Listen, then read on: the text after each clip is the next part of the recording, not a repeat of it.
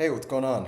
Thanks for joining me for another Scripture Sunday where I draw together my experience from various fields, from traditional religion to modern science, ancient spirituality, personal transformation, human performance, all in search for a more empowering and a more liberating message that is fit for this new age that humanity is now moving into.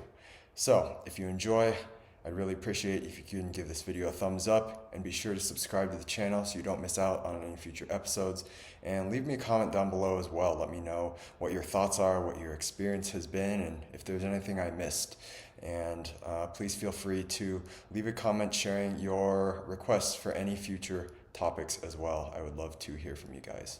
So, with that being said, in the current state of our modern world, religion and astrology have become so far separated. It's a very common belief, and for good reason, that these two things cannot go hand in hand.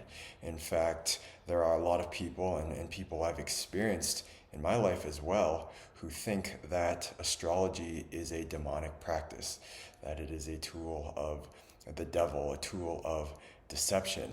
But is this really true, or is this just another lie that we have been fed to keep the population afraid and divided? What if I told you that almost every major religion and spiritual tradition is astrological in its origin?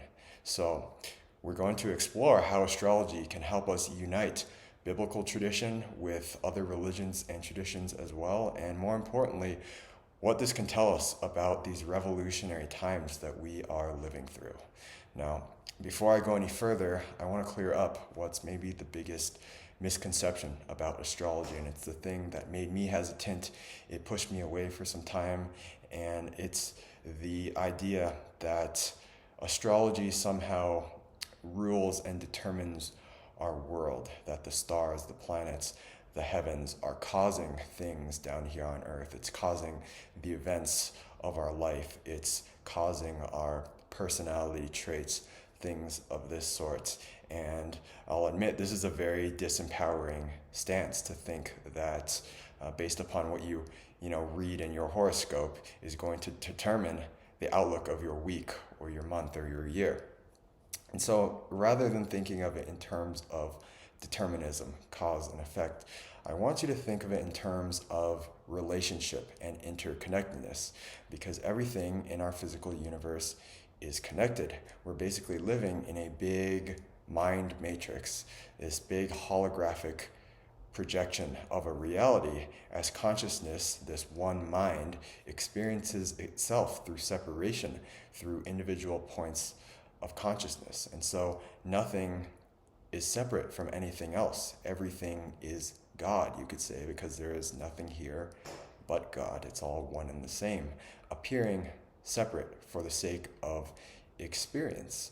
And so this is how I want you to think of it, is that it's not that one thing causes anything else.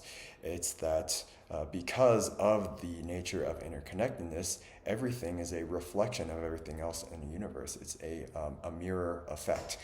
The macrocosm in the heavens is a direct reflection of what's happening at the microcosm within us or here on earth.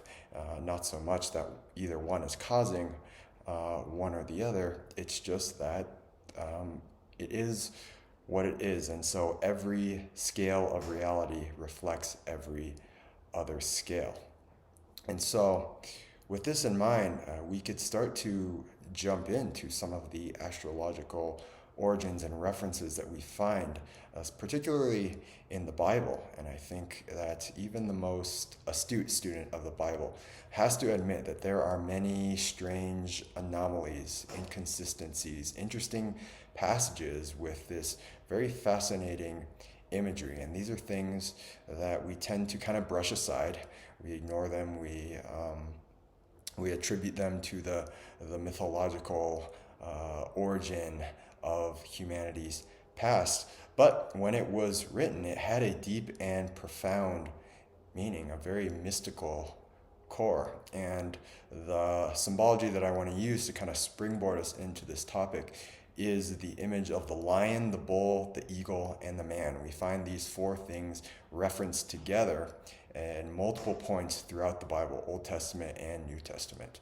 We find it in Ezekiel chapter 1, early on in the Old Testament, which many people present as maybe the most compelling case of extraterrestrial contact in the Bible. It describes these strange beings descending from the sky in these thunderous clouds of smoke and these circular crafts that are described as beryl metal, which certainly sounds like how you would describe our modern interpretation of a UFO if you didn't have the vocabulary to describe what you were seeing. And it describes these sort of human-like but godlike beings.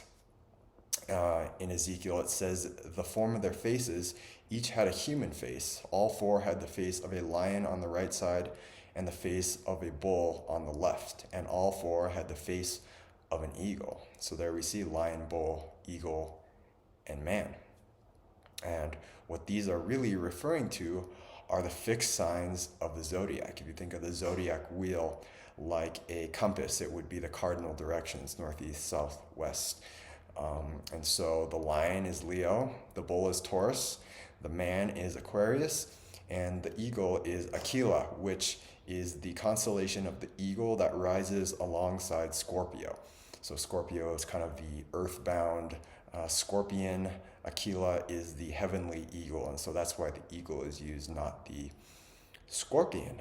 And we see this this theme, the lion, the bull, the eagle, and the man, repeating even in the New Testament. We see it in Revelation chapter 4 again.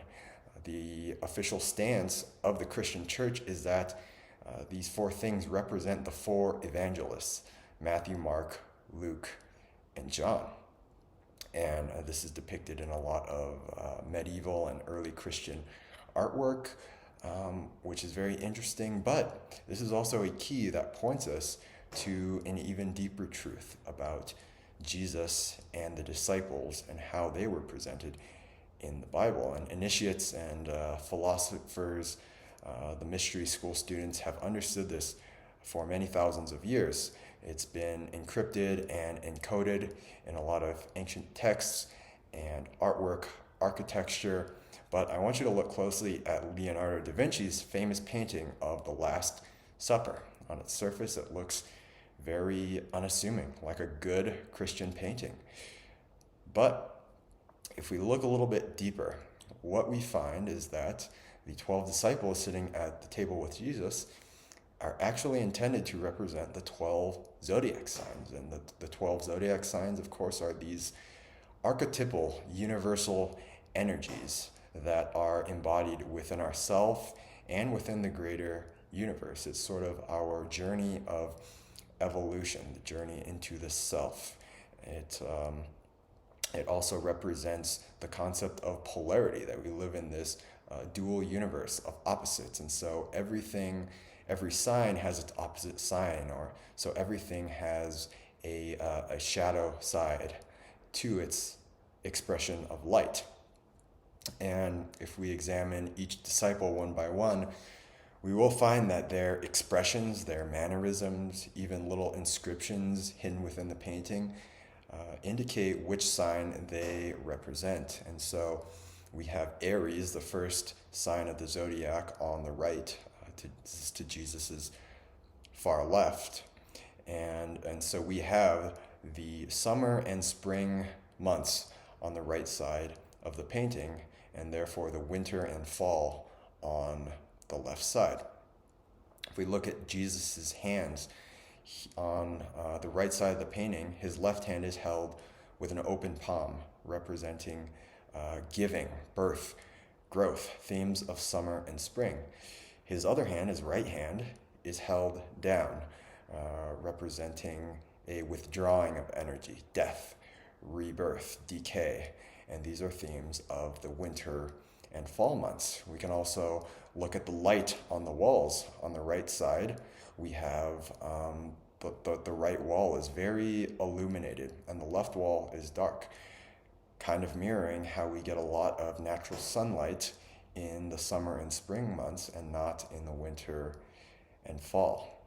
And so everything in the painting, including the 12 disciples, the perspective of the room, it all centers directly around Jesus. Jesus is the light. Jesus is the sun. And so what it's really depicting is the journey of the sun through the 12 signs, through the 12 archetypes. And so Jesus represents the middle way, the narrow gate.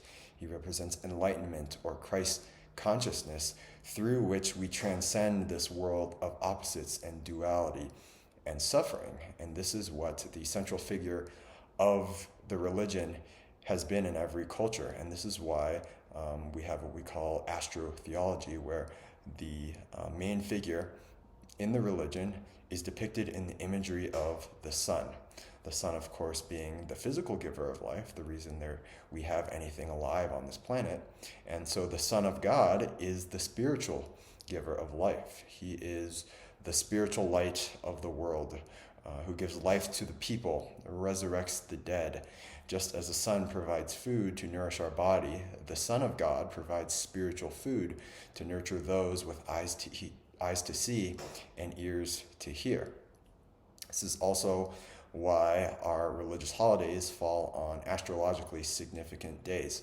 We have the Jewish feast of Passover that's celebrated at the spring equinox, the day when the sun passes over the equator into the northern hemisphere for the season of summer and life. This is also when we celebrate Easter, the resurrection of the Christ. We have a Christmas, and historically, in more traditions than just the Christian tradition, the Son of God is born at the winter solstice. The winter solstice being the day when there is the least sunlight here on earth. And so the Son of God, Jesus, Mithras, Horus, Zoroaster, are always born when the darkness on earth is greatest, when humanity needs him the most to bring light to the people. And so the sun, if you watch the sun like all these ancient cultures did, it appears to drop to its lowest point in the sky on the 21st of December. It appears to stay there at that point for 3 days. And on the third day, it begins to rise again. It is resurrected into the northern hemisphere for the coming of spring and summer. And so the resurrection on the third day, another astrological reference. So on the 21st, the sun will drop to its lowest point. On the 24th, the eve of the 24th into the 25th, is when the sun is born, and that is our holiday of Christmas. The sign of Virgo will rise over the horizon at midnight. Of course, Virgo is holding a bushel of wheat, and so the Son of God is born to a virgin in the house of bread, or Bethlehem. And then we will, as the sun continues to gain strength, we will celebrate the resurrection on Easter, and the sun will continue into the summer months, rising into the sky, ascending to the heavenly throne in the summer months in the sign of Leo, or the Lion of Judah in the Christian tradition. So, let's take a look back at the Great Supper, or the Last Supper, and another very interesting thing that we find about the Last Supper is the room itself. And if we look at the room, we look at the etchings on the wall, the dimensions. What we have recently discovered is that this is a scaled map of the King's Chamber inside of the Great Pyramid. The Great Pyramid, of course, fascinating. Many people, including me, I've been fascinated by it my whole life, and we've known for a long time this was not a tomb. There was nobody ever buried there. This is a ludicrous explanation, and we're going to be finding out much, much more about Egypt and some of the secrets that are buried there in the coming years. But we used to think that there was nothing on the walls of the Great Pyramid. It was blank. There were no hieroglyphs or etchings. And what we're seeing now is that there actually are. And I believe this is because human consciousness itself is raising and ascending. And so as our consciousness shifts, we are able to perceive more. We can see things that we didn't see previously, because that is the nature of reality. We see only what we are. And so what we're seeing is that each wall depicts a different quadrant of the zodiac. And so if you look at the room as a whole, it is a zodiacal map with all of the signs that they use in Egypt, the signs that we use today. And so it is a map through time. It is a map through human evolution.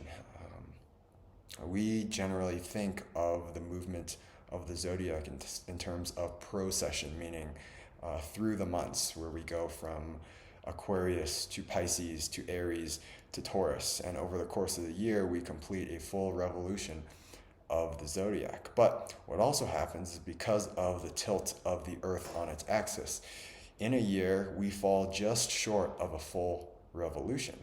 And so, added up over time, if you were to watch the night sky over many thousands of years, what you would see is that the position of the stars shift, and they appear to move backwards over the course of many, many, many years. And so, this is what we call the precession, or the backwards movement through the stars. This has been stated at 25,920 years for a full cycle. It likely fluctuates based on the Earth entering various gravitational fields and denser and less dense areas in the galaxy, but this is approximate.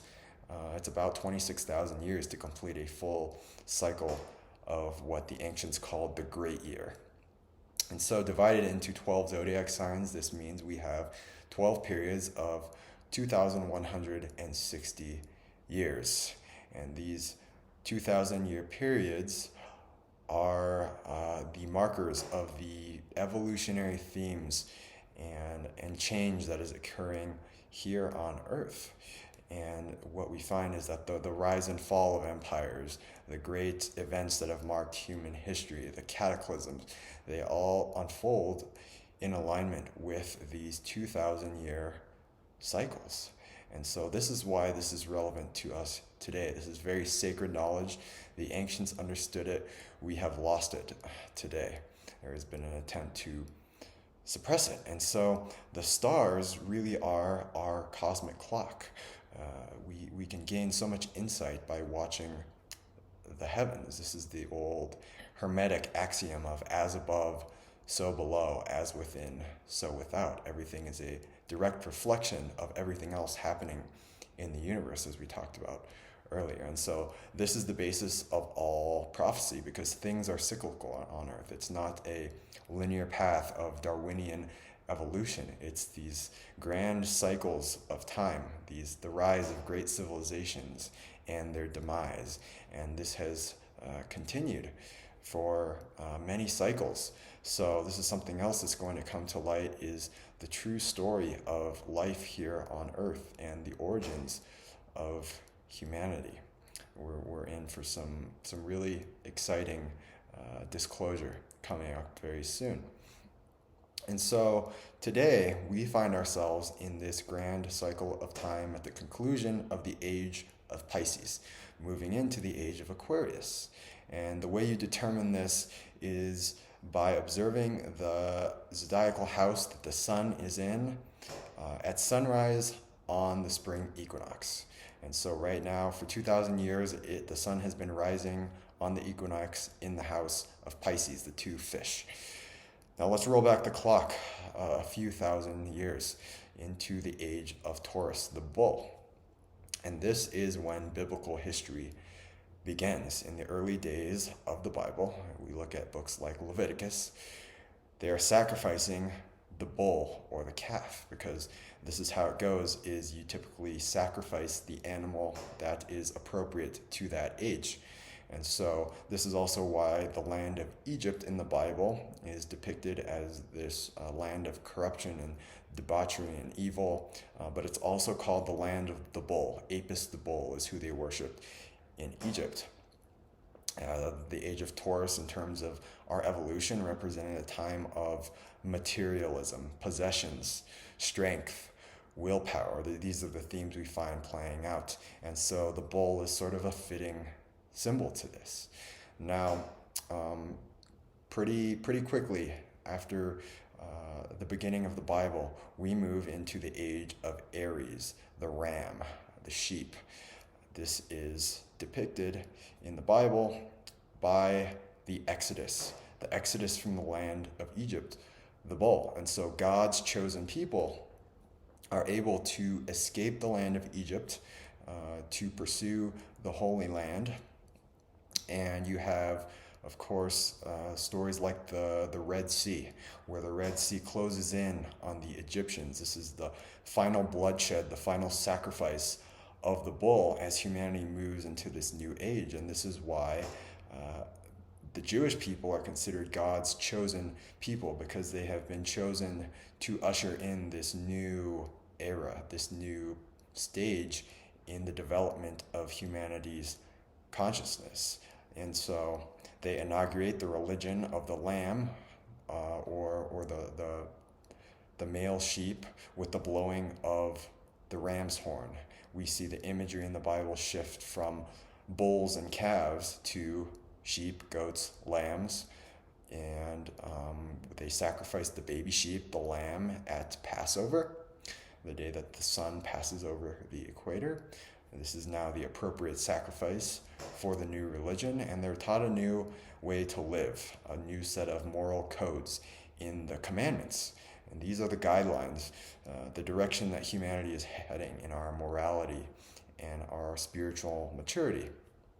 In Exodus chapter 32, we have this very interesting passage where Moses is up on the mountain talking to God, and he comes back down, and the people have fashioned this calf out of gold.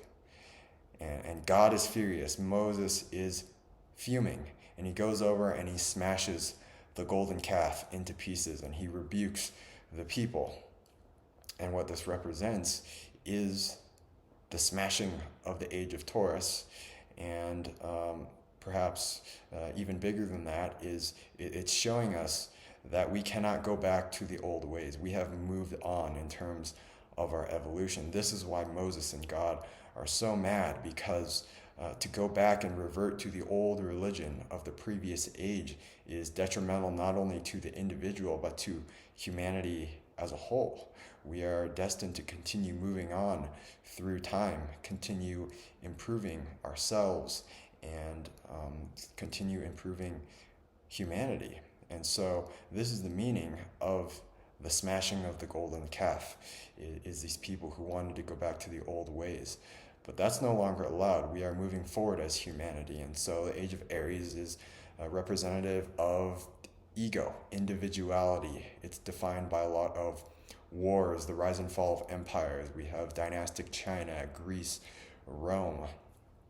And of course, in the Bible, the Jewish people are not able to make it to the promised land. They do not achieve enlightenment in this age. But there's a prophecy that in the coming age, God would come down to earth so that man could be raised up into the heavens. And so what we have at the end of the age of Aries, around our year 0, is we have the coming and the birth of Jesus, who comes, of course, in Aryan imagery as the Good Shepherd, or the Lamb of God, who will atone for the sins of humanity by being sacrificed as the Lamb.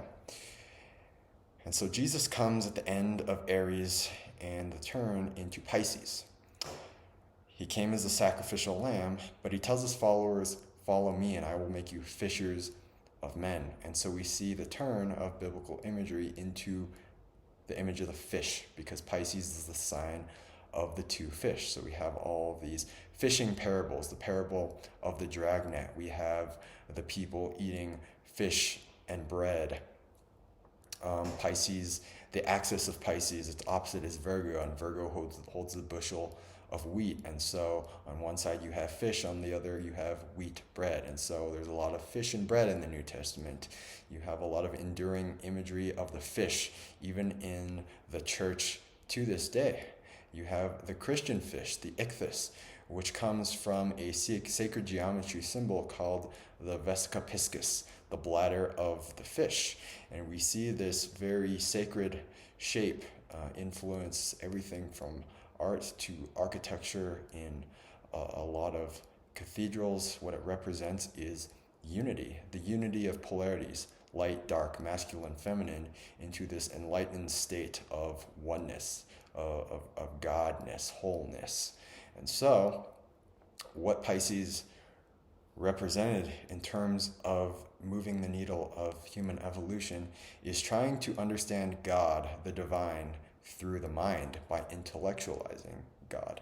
And this is why we have had all of these divided religions for 2,000 years, battling it out over who is right and who holds the truth, because each religion is taking a different intellectual perspective of God. But of course, God is bigger than the mind can understand. It can't be grasped intellectually. God must be experienced. It must be lived. And so we are going to move out of that. Religion will lose its current form as we come into this new age of Aquarius.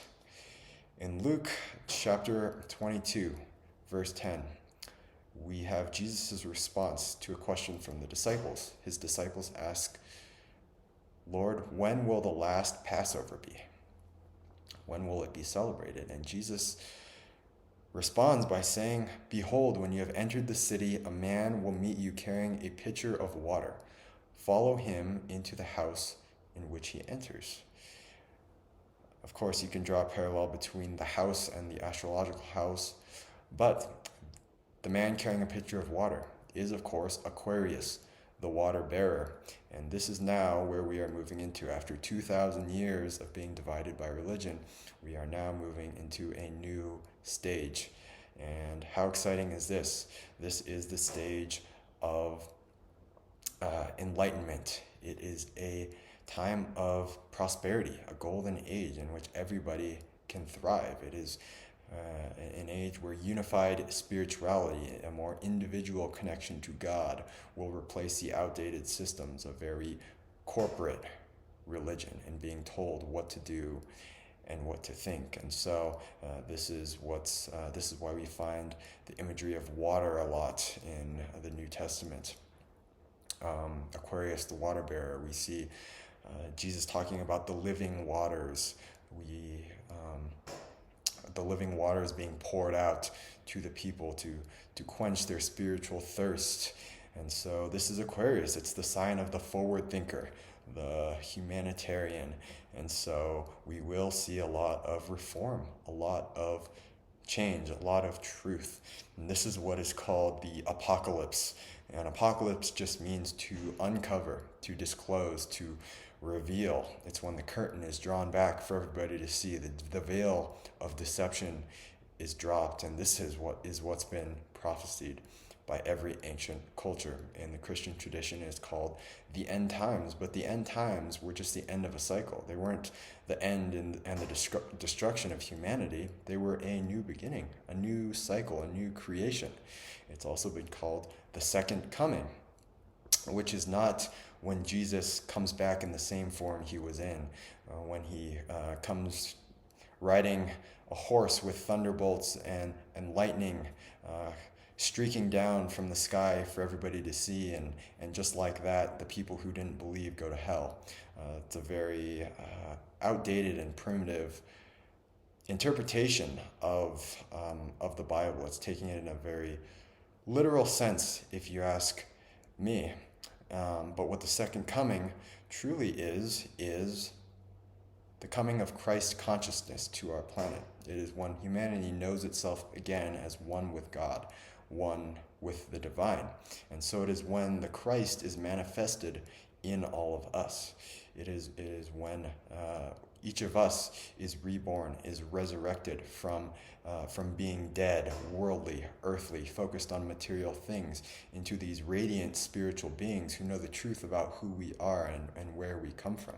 This is the second coming, when humanity itself becomes a Christed species, an ascended species. And so we are the second coming.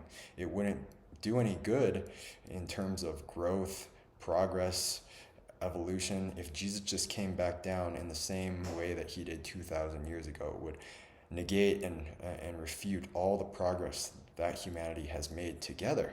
And so it is time for us to now be raised up, to ascend into the heavenly realms, and where we will see Christ there and be united with the Christ when we ourselves choose to ascend. And so this is the will of God for humanity. It is written in the stars. It cannot be averted. It is our destiny as a species. The only thing that is certain is change and growth, and the wheels of time will just keep on turning. There are new experiences to be had, new cycles to be lived. This is all there is in this universe, is new experience. And so life will always continue to evolve and take on new forms, and this is what we have the privilege to be a part of. And so the most important thing is to know that we cannot stagnate. We cannot stay still. We need to continue moving forward. Anywhere there is stagnation, there is disease. It's like a big swamp. And it may be tough to continue changing and growing. It means that a lot of our belief systems have to crumble and fall apart. It means that we have to accept a lot of difficult truths about what's really been going on on our planet, the deception that we have been fed. And so we must continue to change with the times, roll with the punches, ride the tides. The tighter we cling to the old ways of thinking, the more difficult and the more painful it's going to be. And I think a lot of us have experienced this, that there is an impetus, a force that is forcing us to grow and change, and it's super uncomfortable, but it's like we can't resist it. The more we fight it, the worse it gets, and we've been experiencing this for quite some years now, and it's going to continue very strongly in these next couple of years. There's going to be a lot of difficult truths that people have to face within themselves, within the world as a whole. There are going to be a lot of people who are confused, disoriented. Their belief systems are crumbling. They don't know what to think. They don't know who to go to, and this is where you come in, because you can be that light for others, that lighthouse, the guiding, shining, radiant light who people will come to when they have questions, when they're confused, when they don't know who to look to. They will come to you because there will be an inner peace and a lightness that they sense in your being. And so they're going to ask you questions. You will be a guide for others, a leader for humanity, a thought leader as we move forward together. We have an amazing future together. We have so much to look forward to. This is such an exciting time to be alive. Probably if you ask a lot of people who really understand what's going on in the grand scheme of things, they'll say that this is the most incredible, exciting time to ever be alive on this planet. And so what a privilege, what an honor to be here. And out of all the souls, the infinite souls in the universe, you are one of the chosen ones. You have been entrusted to be a bringer of change, to be here at this time because of your strength, because of your wisdom, because of your capacity for love. You have been entrusted by God, the divine, as one of the lucky few who got chosen to come here to Earth at a very delicate and fragile time. And so give yourself credit. Don't take that for granted. Enjoy it for what it is. It's meant to be challenging. We are all growing in ways that I think we never could have imagined. And so I couldn't be more excited for you. I couldn't be more excited for humanity. And I just want to thank you for joining me today on the Scripture Sunday. I hope this was encouraging and uplifting and informative for you. I'll be back with new episodes every Sunday, so be sure to hit the subscribe button so you don't miss out on future episodes. Leave your comments, your feedback down below. I love to engage with you guys and just hear your thoughts, hear your perspective. And so thanks again for joining me. Have a very blessed week. Stay tuned for lots more to come, and I'll see you guys next time.